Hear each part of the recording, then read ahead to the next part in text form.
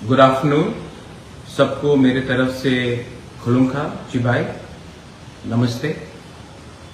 मैं आज Facebook live में आया हूं टू मेक अ स्टेटमेंट।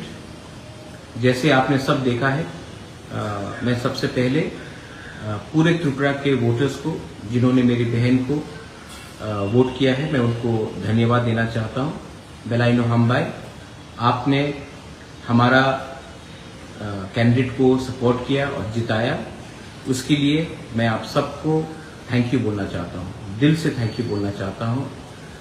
हमने बहुत सोच समझ के एक जॉइंट कैंडिडेट दिया था जो तिपरासा का बात दिल्ली में रखे, और मेरा यही उम्मीद रहेगा कि जो हमारा फाइट है, जो हमारा स्ट्रगल है, जो हमारा कॉन्स्टिट्यूशनल सोल्यूशन है, वो बात को अगर दिल्ली में पार्लियामेंट के अंदर और होम मिनिस्ट्री के अंदर अगर अपने सम्मान से और अपने पॉइंट ऑफ व्यू से रखना है, तो मेरी बहन जो अभी आपके वोट से ईस्ट त्रिपुरा से जीती है वो उसको रखेगी और मैं भी उनके साथ रहूंगा। दूसरा बात है कि मैं अपने सब वॉरियर्स को एक अपील करना चाहता हूं। आज हम लोग जीते हैं, आज हम लोग जीते हैं और कोई और हारा है। पहले हम लोग हारते थे और कोई और जीतता था। हार जीत रहेगा, लेकिन जिसने आज कांग्रेस को वोट किया है, जिसने आज सीपीएम को वोट किया है, जिसने आज इंडिपेंडेंट या नोटा किया है, वो भी हमारे तिपरासा लोग। हमारा फाइट कॉन्स्टिट्यूशनल सोल्यूशन के लिए है, हमारा अधिकार के लिए है, हमारे गरीब बुकुंगबारा तिपरासा के लिए है, हमारे नेक्स्ट जनरेशन के लिए, हमारे यूथ के लिए। और अगर आज जीतने के बाद आपने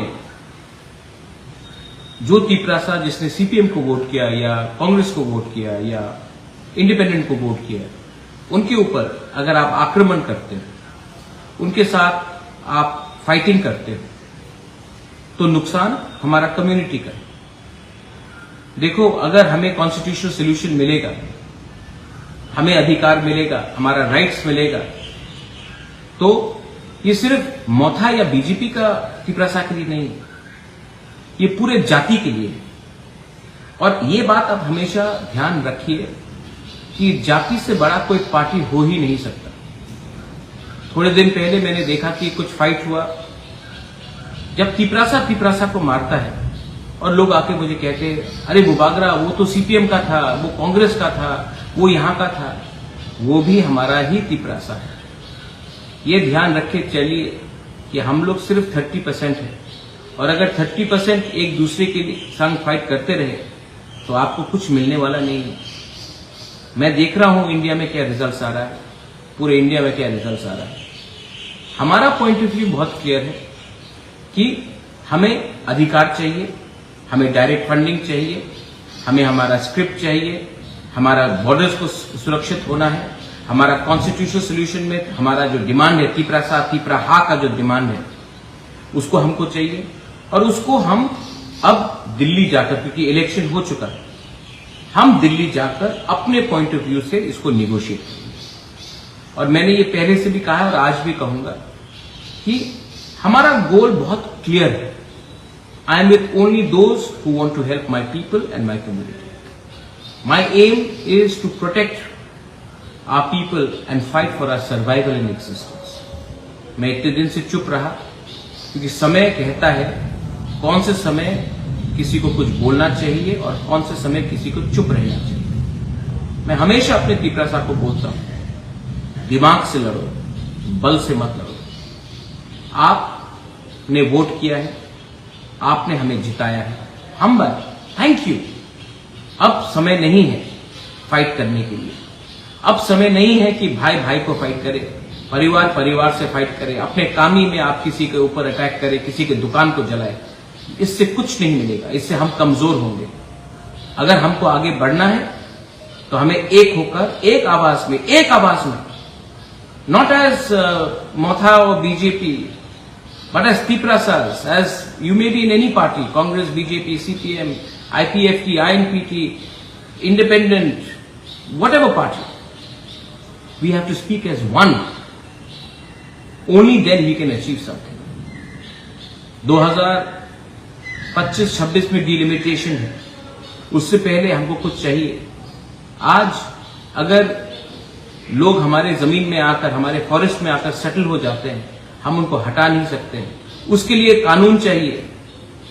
आज हमारे बच्चे लोग जो इंग्लिश मीडियम स्कूल में पढ़ना चाहते हैं, जो अच्छे जिंदगी बनाना चाहते हैं, उनके लिए हमें कानून चाहिए।